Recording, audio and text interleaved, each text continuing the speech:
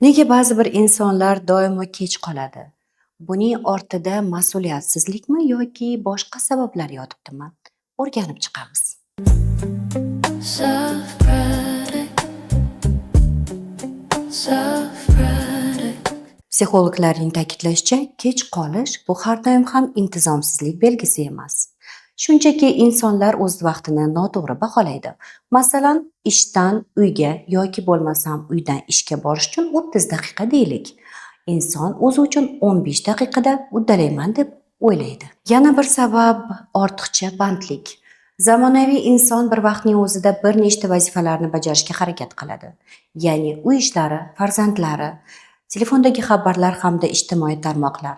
Hammasiga ulguraman deb aslida hech qaysi biriga ulgurmay qolish ham mumkin. Qizig'i shundaki, vaqt yetishmasligidan eng ko'p zarar ko'radigan insonning o'zi bo'ladi. Chunki u birinchi o'ringa ishini, keyin oilasini, farzandlarini, dam olishni qo'yadi.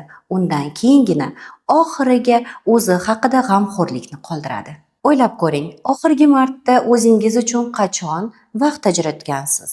Qachon o'zingizga g'amxo'rlik qilgansiz? Telefonsiz, ishsiz va o'zgalarning muammolarisiz.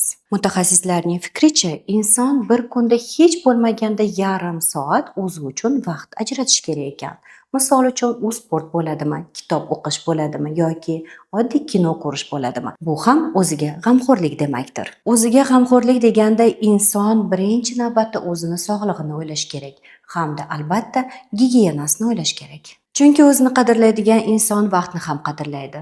Vaqtni qadrlagan inson esa hayot sifatini yaxshilaydi. Ba'zan biz oldimizga katta maqsadlar qo'yamiz, ammo baxt va komfort oddiy odatlardan boshlanishini unutib qo'yamiz. Masalan, oddiy shaxsiy parvarish ham inson kayfiyatiga ijobiy ta'sir ko'rsatadi. Shuning uchun o'zingizga vaqt ajrating. Sog'lig'ingizga, shaxsiy gigiyenaga va kundalik hayotingizga e'tibor bering. Bu yo'lda Soft brendining intim gigiyenaga mos ishlab chiqarilgan gellari sizga asqotishi mumkin. Vaqtni boshqarishni ertadan emas, bugundan boshlang. Chunki bu ham o'zingizga g'amxo'rlik demakdir. O'zingizga bo'lgan g'amxo'rlik esa ortiqcha hashamat emas, bu ehtiyoj. Soft bilan salomat bo'ling. self-critic, self